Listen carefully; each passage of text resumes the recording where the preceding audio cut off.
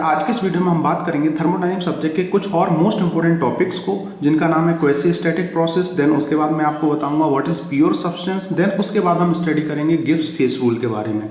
तीनों बहुत important topic है जो कि आपके गेट ईएससी एग्जाम, अगर आप चाहे बीटेक के स्टूडेंट्स हैं या डिप्लोमा के स्टूडेंट्स हैं, जो जितने भी मैकेनिकल इंजीनियरिंग के एग्जाम हैं, सभी एग्जाम के पॉइंट ऑफ व्यू से बहुत इंपॉर्टेंट ये टॉपिक हैं। साथ ही साथ अगर आप इंटरव्यू की प्रिपरेशन कर रहे हैं तो उनके भी पॉइंट ऑफ व्यू से बहुत इंपॉर्टेंट आज मैं आपको टॉपिक डिस्कस करने वाला हूँ वेरी सिंपल लैंग्वेज में। तो इसको आप वीडियो को एंड तक जरूर देखिएगा, और अभी तक आपने मेरे यूट्यूब चैनल को सब्सक्राइब नहीं किया है तो इसको सब्सक्राइब जरूर करें। जैसे कि मैं इस पर आपको मैकेनिकल इंजीनियरिंग के जितने भी सब्जेक्ट हैं, सभी सब्जेक्ट के वीडियो लेक्चर प्रोवाइड करा रहा हूँ, जिससे कि आप घर पर ही सेल्फ स्टडी के माध्यम से जितने भी एग्जाम है मैकेनिकल इंजीनियरिंग के, उन सब की तैयारी कर पाएंगे। तो ये वीडियो लेक्चर नंबर 5 है। ऑलरेडी मैंने जैसे कि वीडियो लेक्चर नंबर 4 में आपको point function and path function के बारे में बताया था, तो it is also a very important topic. तो इन सब चीज़ों को आप देखिए। साथ ही साथ ऑलरेडी मैंने आपको वीडियो 1, 2, 3 ये सभी मैंने डाल रखे हैं, तो आप प्ले लिस्ट में जाकर उन वीडियो लेक्चर्स को देख सकते हैं। और मेरा आपसे रिक्वेस्ट है, किसी भी सब्जेक्ट को आप पढ़ रहे हैं तो सभी वीडियो लेक्चर सभी टॉपिक्स को जो है एक के बाद एक पढ़ते जाइए, जिससे कि आगे जो है आपको कोई प्रॉब्लम नहीं होगी। तो बात करते हैं सबसे पहले टॉपिक के बारे में, क्वासी स्टैटिक प्रोसेस का क्या मतलब होता है। क्वासी का मतलब होता है ऑलमोस्ट रेस्ट जनरली, है ना। स्टैटिक प्रोसेस एक तरीके से जैसे कि हमने रिवर्सिबल प्रोसेस पढ़ा था, हमने इरिवर्सिबल प्रोसेस पढ़ा था, तो वैसे ही सिमिलर जो है एक क्वासी स्टैटिक प्रोसेस होती है। तो ये होती क्या है, सबसे पहले मैं इसकी डेफिनेशन बता देता हूँ, देन उसके बाद जो है हम इसको एग्जाम्पल की मदद से समझेंगे। A process is said to be a quasi static process if it is carried out in a very slow manner with the small difference of pressure। तो पहले मैं इसको लिख लेता हूँ, देन उसके बाद मैं इसको आपको समझाता हूँ, अच्छे से मैं इसको आपको समझाऊंगा, ठीक है। तो इसको हम लिखते हैं सबसे पहले, a process is said to be a quasi static process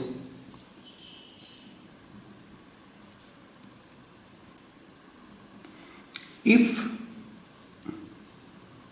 it is carry out in a very slow manner with the small difference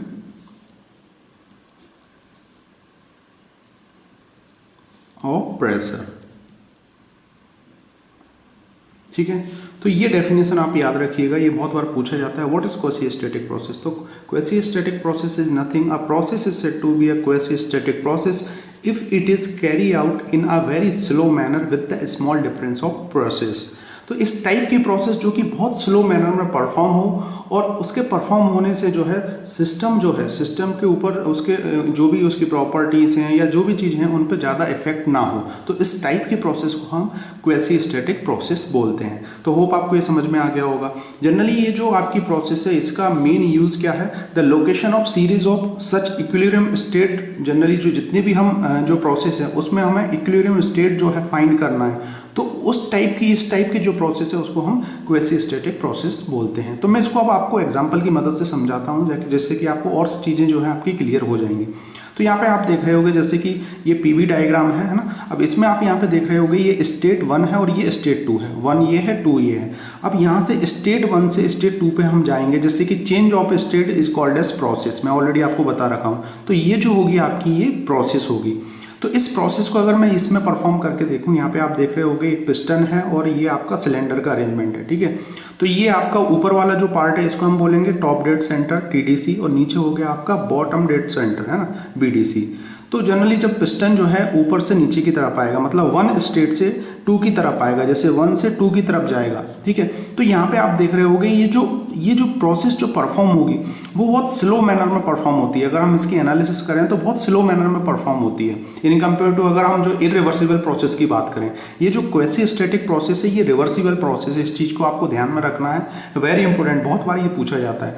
तो यहाँ पर ये जो परफॉर्म हो रहा है, अगर आप इसकी एनालिसिस करेंगे तो यहाँ पर आप देख रहे होंगे हर एक पॉइंट पे, यहाँ पे इस पे जो है इस टाइप से ये परफॉर्म होगी। आपको लगेगा कि ये वेरी फास्ट हो रहा है, लेकिन अगर आप इसको रियल में इसका जम्पशन करेंगे तो यहाँ पे आप देखेंगे हर एक पॉइंट पे जो है आप इक्विलिब्रियम स्टेट जो है फाइंड कर पाएंगे और ये बहुत स्लो मैनर में जो है आपको परफॉर्म होते हुए इसकी जो प्रोसेस है वो आपको दिख रही होगी। तो इस टाइप की प्रोसेस को हम क्वेसी स्टैटिक प्रोसेस बोलते हैं। अब देखिए अगर ये फास्ट मैनर में परफॉर्म होगी, अगर ये जो आप यहाँ पे देख रहे होगे आपका ये पिस्टन है, अगर ये पिस्टन इस पर एकदम बहुत जोर से इस पर अगर इसके ये सरफेस इस पर पड़ेगा तो ये क्या करेगा, इसे तोड़ देगा, है ना, और तोड़ देगा जो है ये जो आपका जो पूरा सिस्टम है वो फेल हो जाएगा। तो जनरली हम देखते हैं कि यहाँ पे जो अंदर जो भी कोई भी आपकी मशीन है, कोई भी आपके जो सिस्टम है जो जिसपे हम जो है बहुत सारे ऑपरेशन परफॉर्म कर रहे हैं, तो वहाँ पे जो है हमें क्वेसी स्टैटिक प्रोसेस जो है इसको एज अजम्पशन लेके चलना पड़ता है ना। हमें ये अजम्पशन करना पड़ता है कि जो भी प्रोसेस परफॉर्म हो रही है स्टेट 1 से स्टेट 2 पे, ऐसे नंबर ऑफ साइकिल्स होती हैं जनरली, तो वो जो है वो क्वेसी स्टैटिक प्रोसेस के वे में परफॉर्म हो रही है, मतलब बहुत स्लो मैनर में जो है वो परफॉर्म होती हैं, जिससे कि जो सिस्टम है, सिस्टम की जो प्रॉपर्टीज हैं उनमें बिल्कुल छोटा सा डिफरेंस आता है, ज़्यादा डिफरेंस नहीं आता है ना। तो इस टाइप के अजम्पशन को लेके हम जो है किसी भी चीज़ की एनालिसिस करते हैं। तो होप आपको समझ में आ गया होगा कि क्वेसी स्टैटिक प्रोसेस जो है वो क्या होती है। किसी साइंटिस्ट ने जो है इसके बारे में बताया था और उसने जो है इस टाइप की प्रोसेस का नाम जो है सेपरेटली रखा। तो इट इज़ नथिंग जनरली, इस एक तरीके की ये रिवर्सिबल प्रोसेस है, ठीक है। इसे हम यहाँ से भी लिख सकते हैं, ये जो है क्वेश्चन आया हुआ है, frictionless quasi static process is a reversible process. Very important line है ये, आपके शायद ESE एग्जाम में भी आया है और उसके बाद एक आध बार गेट में भी आया है ना। तो जितनी भी फ्रिक्शनलेस प्रोसेस होंगी, फ्रिक्शनलेस प्रोसेस कौन सी होती है मैं ऑलरेडी आपको बताया है ना। रिवर्सिबल प्रोसेस जो होगी वो आपकी फ्रिक्शनलेस प्रोसेस होगी। इरिवर्सिबल जो प्रोसेस होगी उसमें फ्रिक्शन होगा, उसी के कारण जो है वो इरिवर्सिबल इन नेचर में हो रही है। तो होप आपको समझ में आ गया होगा। Quasi static process is nothing, generally ये बहुत स्लो मैनर में परफॉर्म होती है, जिससे कि जो सिस्टम है, सिस्टम की जो प्रॉपर्टीज है, जैसे कि उसमें प्रेशर जो है, प्रेशर में जो डिफरेंस होता है वो बहुत कम होता है ना। तो इस टाइप की प्रोसेस को हम क्वेसी स्टैटिक प्रोसेस बोलते हैं। अब जो दूसरा टॉपिक है हमारा वो भी बहुत इंपॉर्टेंट टॉपिक है, इसको भी हम डिस्कस करने वाले हैं, जिसका नाम है प्योर सब्सटेंस। तो प्योर सब्सटेंस क्या होता है इसको आप देखिएगा, इसको आप एक दो बार अच्छे से पढ़िएगा तो समझ में आ जाएगा। तो दूसरा हम टॉपिक पढ़ेंगे प्योर सब्सटेंस। प्योर सब्सटेंस अलग से एक यूनिट भी है, मैं जब आपको इसको बताऊंगा तो वहाँ पे भी और इसको अच्छे से समझाऊंगा। तो प्योर सब्सटेंस होता क्या है इसको आप अच्छे से समझिए। Pure substance is defined as one that is homogeneous and invariable in chemical composition throughout its mass, ठीक है। जनरली ये वन कंपोनेंट सिस्टम होता है जिसमें जो है इसका जो केमिकल कंपोजिशन जो होते हैं वो थ्रू आउट पूरे जो है वो फिक्स्ड होते हैं जनरली, मतलब it have fixed chemical composition through out. तो अभी मैं इसको समझाता हूँ। सबसे पहले हम डेफिनेशन लिख लेते हैं। A pure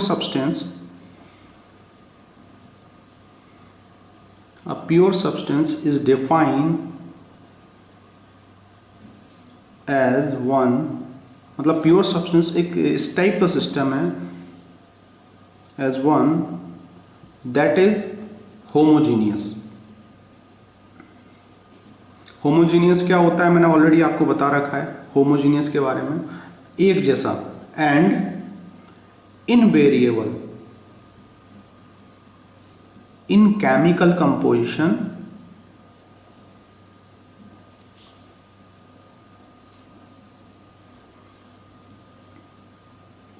through out its मास। तो प्योर सब्सटेंस एक इस टाइप का सब्सटेंस होता है जो कि होमोजीनियस होता है, साथ ही साथ इनवेरिएबल होता है, मतलब वेरी नहीं करता है। जनरली जो उसके केमिकल कंपोजिशंस हैं वो वेरी नहीं करते हैं, अलग अलग नहीं होते हैं, है ना। थ्रू आउट मास, जितना भी अगर एक बकेट के अंदर जितना भी पानी भरा हुआ है तो वहाँ पे आप देखेंगे उनके जो भी केमिकल कंपोजिशन होंगे, जैसे कि वाटर की अगर मैं बात करूँ, ये बकेट है आपके पास, है ना, इसमें हमने वाटर फिल कर रखा है। तो यहाँ पे आप देखोगे हर एक मॉलिक्यूल जो है H2O से डिफाइन होगा आपका, हर एक मॉलिक्यूल जो है H2O से आप इसको डिफाइन कर पाओगे, है ना। ऐसा नहीं कि कहीं जो है H2 के मॉलिक्यूल ज़्यादा हो जाएंगे, कहीं O के मॉलिक्यूल ज़्यादा हो जाएंगे ना, तो ये सब चीज़ें नहीं होंगी। तो यहाँ पे जो है इस टाइप के सिस्टम को हम प्योर सिस्टम बोलते हैं, या बोल सकते हो आप प्योर सब्सटेंस इसे हम बोलते हैं। तो होप आपको ये समझ में आ गया होगा। जैसे कि एग्जाम्पल में हम देखते हैं, आपने देख रखा होगा जो एटमॉस्फेरिक एयर है हमारी, है ना, एटमॉस्फेरिक एयर जो है उसके अगर आप केमिकल कंपोजिशन देखेंगे, ये बहुत इंपॉर्टेंट चीज़ है। जितने भी ये जो प्योर सब्सटेंस होते हैं इनके अंदर क्या होता है, it have fixed chemical composition, ये चीज़ आपको याद रखना है। जो केमिकल कंपोजिशन होंगे वो फिक्स्ड होंगे। जो एटमॉस्फेरिक एयर है उसमें आप देखते होंगे बहुत सारी गैसेस हैं, है ना, summation of different number of gases है, जैसे कि N2 की अगर मैं बात करूं और भी बहुत सारी गैसेस हैं, ठीक है। तो आप देख रहे होगे अगर आप किसी एक प्लेस पे खड़े हुए हो, है ना, या एक रूम में आप खड़े हुए और वहाँ पे आपके एयर है, जैसे कि यहाँ पर भी एयर होगा, यहाँ पे भी एयर होगा, यहाँ पे भी एयर होगा, तो आप कंपोजिशन देखेंगे, यहाँ पर भी N2 का उतना ही कंपोजिशन होगा, यहाँ पे भी N2 का उतना ही कंपोजिशन होगा, मतलब हर एक गैस का जो है हर एक जगह जो है इक्वल कंपोजिशन होगा। तो जो है उनका जो ये जो केमिकल कंपोजिशन है वो वेरी नहीं कर रहा है हर जगह, ठीक है। तो इसलिए इसे हम प्योर सब्सटेंस बोलेंगे। तो प्योर सब्सटेंस की यही कंडीशन होती है, वो होमोजीनियस होना चाहिए, मतलब एक जैसा होना चाहिए, हर जगह एक जैसा होना चाहिए। जैसे कि आपके पास एक बकेट है, बकेट में मैंने 100 बॉल उसमें डाल रखी है या 10 बॉल उसमें मैंने डाल के भर के रखी हुई है रेड कलर की, तो वो सभी रेड कलर की हैं, एक जैसी हैं और सभी एक ही साइज की हैं, तो वो होगा आपका प्योर सब्सटेंस, ठीक है। और हम डीपली अगर बात करें तो जो बॉल है, बॉल का अगर हम मटेरियल देखें तो वो किस प्लास्टिक का बना हुआ है, तो सेम प्लास्टिक की बॉल्स होना चाहिए 10 या जो मैं 100 बॉल्स की मैं बात कर रहा हूँ, तो तब जो है हम उसे प्योर सब्सटेंस बोलेंगे, ठीक है। तो होप आपको ये चीज़ समझ में आ गई होगी। तो एग्जाम्पल में जो है ये बहुत बार पूछा जाता है, जो हमारी एटमॉस्फेरिक एयर है जनरली उसमें बहुत सारी गैसेस होती हैं, लेकिन उनके कंपोजिशंस जो है वो एक जैसे होंगे। अगर N2 जो है 70% होगा तो हर जगह आपको N2 जो है वो 70% ही दिखेगा। उसके बाद दूसरा एग्जाम्पल की अगर मैं बात करूं तो जैसे कि स्टीम एंड वाटर की अगर मैं बात करूं, इसके मिक्सचर की अगर मैं बात करूं, ठीक है, तो स्टीम का भी जो आप देखते होंगे केमिकल कंपोजिशन H2O और वाटर का भी H2O होगा, चेंज थोड़ी होगा। और आप देखेंगे अगर इन दोनों को हम मिक्स करके किसी में भर दें, किसी के अंदर रख दें, किसी सिस्टम के अंदर रख दें, तो आपको जो है उनके केमिकल कंपोजिशन एक जैसे दिखेंगे, जैसे कि मैंने आपको यहाँ पे बताया बकेट के अंदर। तो इस टाइप के हम सब्सटेंस को जो है क्या बोलते हैं, प्योर सब्सटेंस, बिल्कुल प्योर है जनरली, होमोजीनियस एक तरीके से। होप आपको समझ में आ गया होगा। अगर मैं बात करूं जैसे कि एक एग्जांपल और लेते हैं कि प्योर सब्सटेंस कौन सा नहीं होगा, जैसे कि अगर मैं बात करूं मिक्सचर ऑफ, आपके पास कोई लिक्विड है, ठीक है, जैसे कि मेरे पास H2O है, ठीक है, वाटर है H2O, और उसके बाद मेरे पास गैस है, एटमॉस्फेरिक गैसेस है, ठीक है। तो एटमॉस्फेरिक गैसेस में देखिए मैं आपको बात कर रहा हूँ, स्पेशली गैस ले रहा हूँ, जैसे कि N2 मैंने ले लिया, तो यहाँ पर आपका N2 और यहाँ पर H2O, तो इनके केमिकल कंपोजिशन आपको सेम कहाँ से लग रहे हैं, ठीक है ना। तो इस टाइप के जो सब्सटेंस को हम प्योर सब्सटेंस बोलते हैं। तो प्योर सब्सटेंस की जो कंडीशन है वो यही होना चाहिए कि that is homogeneous and invariable in chemical composition throughout its mass, means it have fixed chemical composition through out मास। तो होप आपको ये चीज़ समझ में आ गई होगी। वेरी इंपॉर्टेंट दोनों टॉपिक मैंने आपको बताया। What is quasi static process, it is nothing, it is coming out very slow manner with the small difference of pressure, और frictionless quasi static process is a reversible process. और pure substance आपको समझ में आ गया होगा। तो बच्चे इसमें कन्फ्यूजन हो जाते हैं, एक्सप्लेन नहीं कर पाते हैं कि किस टाइप से इन चीज़ों को एक्सप्लेन करना है। तो डेफिनेटली इन वीडियोस को आप बार बार देखते रहेंगे तो आपको हर एक चीज़ क्लियर होगी। और एक बार में चीज़ समझ में नहीं आती है तो अगेन आप देखिए, और तो भी अगर आपको कोई प्रॉब्लम आती है तो मुझसे जो है आप कमेंट्स कर सकते हैं, और कमेंट्स करके मुझसे जो भी आपको डाउट्स हैं वो आप पूछ सकते हैं। तो मैं आपकी मदद करने के लिए हमेशा जो है वो तैयार हूँ। अब बात करते हैं हम गिब्स फेस रूल की। It is also very important, इससे भी बहुत सारे आपके क्वेश्चंस बनते हैं। इसको मैं आज अच्छे से आपको समझाने की कोशिश करूंगा कि गिब्स फेस रूल है क्या। गिब्स फेस रूल, ठीक है। तो जनरली जो फेसेस होते हैं, है ना, यहाँ पर आप देख रहे होंगे फेसेस की अगर मैं बात करूँ तो वाटर जो है, वाटर के अंदर 3 फेसेस होंगे आपके, सॉलिड, लिक्विड एंड गैस। तो जो गिब्स हैं, एक साइंटिस्ट थे, उनने जनरली जो फेस मतलब देखिए, हम अगर वाटर की अगर मैं बात करूं तो वाटर में 3 फेसेस होंगे, ठीक है। तो जनरली यहाँ पर वो हेट्रोजीनियस सिस्टम की बात कर रहा है। अब होमोजीनियस की हम नहीं बात करेंगे। होमोजीनियस मतलब एक जैसा, मतलब एक ही फेस हो। जनरली मैंने ऑलरेडी आपको बता रखा है what is homogeneous, what is heterogeneous, ठीक है, व्हाट इज एडियाबैटिक। जब मैंने आपको सिस्टम के बारे में बताया था तब वहाँ पे मैंने अच्छे से आपको बता रखा है। तो इसलिए मैं आपसे बोलता हूँ कि सभी वीडियो लेक्चर्स को आप एक साथ देखेंगे तो अभी आपको आगे कोई डाउट नहीं होगा, है ना। तो गिब्स फेस रूल जो है, गिब्स जो है एक साइंटिस्ट थे, उनने फेस जो है, generally face means generally heterogeneous system को जो डिफाइन कर रहे हैं, 2 फेस जो होंगे, उसके बारे में एक रूल डिफाइन किया था, जो कि है क्या है, F = C - 5+2। किसी किसी बुक में आपको इस टाइप से भी लिखा मिलेगा, F = C - P+2। Very important, इसको आप समझ लीजिए क्योंकि इससे भी बहुत सारे क्वेश्चंस आपके बनते हैं। तो है क्या गिब्स फेस रूल, सबसे पहले हम वो लिख लेते हैं। Gibbs face rule state that the degree of freedom of a system at equilibrium is related with its component and number of phases by the relation। ये आपका गिब्स फेस रूल जो है वो स्टेट करता है।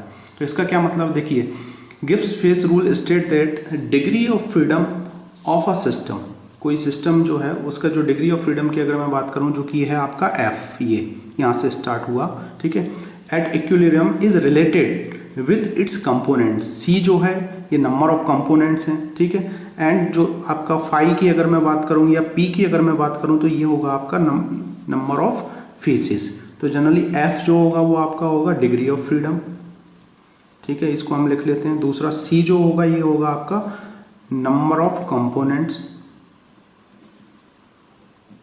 ठीक है, और ये जो P होगा ये होगा आपका नंबर ऑफ फेसेस, कितने फेसेस हैं, है ना, जैसे कि सॉलिड है, एक आपका लिक्विड होगा, गैसेस होगा, ठीक है, कंपोनेंट्स में आपका जैसे कि वाटर हो गया, ठीक है, तो वाटर जो है वाटर के 3 फेसेस हो गए, 2 फेसेस ले रहे हो तो 2 फेसेस रखेंगे हम उसमें वैल्यू, ठीक है। तो इसका जनरली सेंस क्या है, इस चीज को आप समझिए पहले। Gibbs face rule state that degree of freedom of a system at equilibrium is related with its components and number of phases, ठीक है।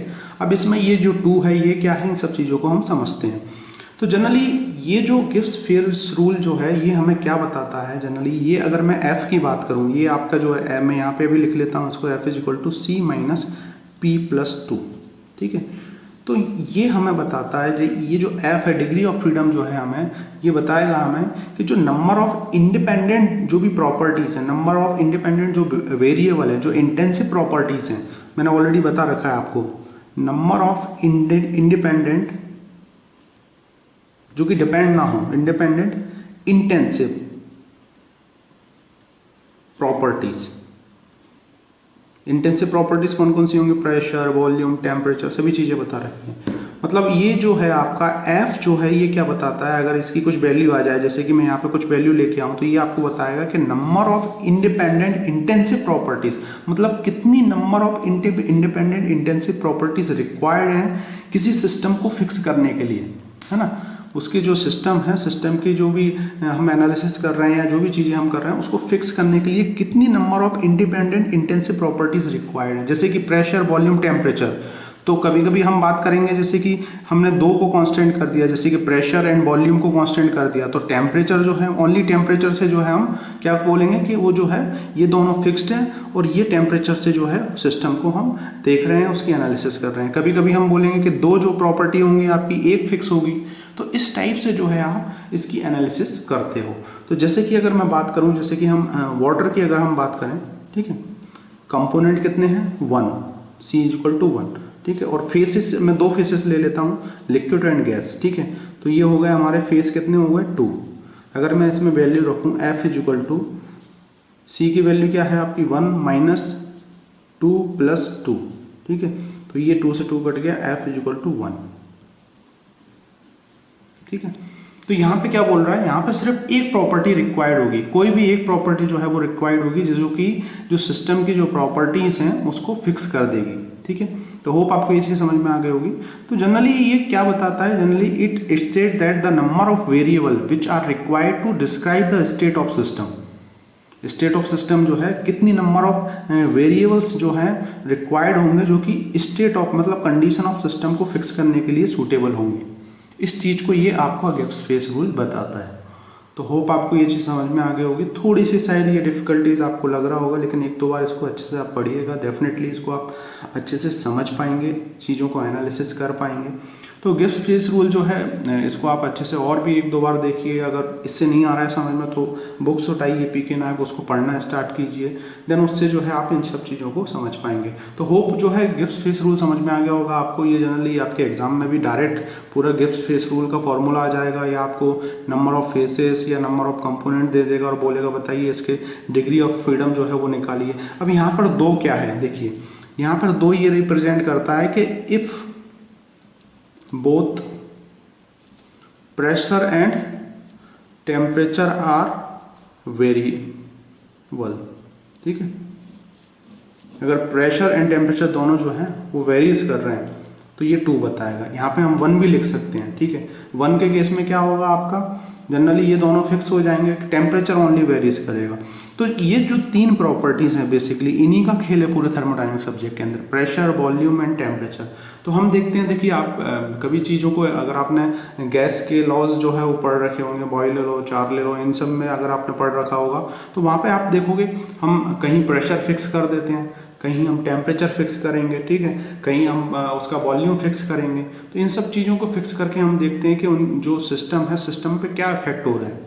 तो वही चीज़ है कि कितनी ऐसी प्रॉपर्टीज रिक्वायर्ड हैं जो कि सिस्टम के कंडीशन को फिक्स कर दें, स्टेट को फिक्स कर दें। गिब्स फिश रूल हमें वही चीज़ ये बताता है।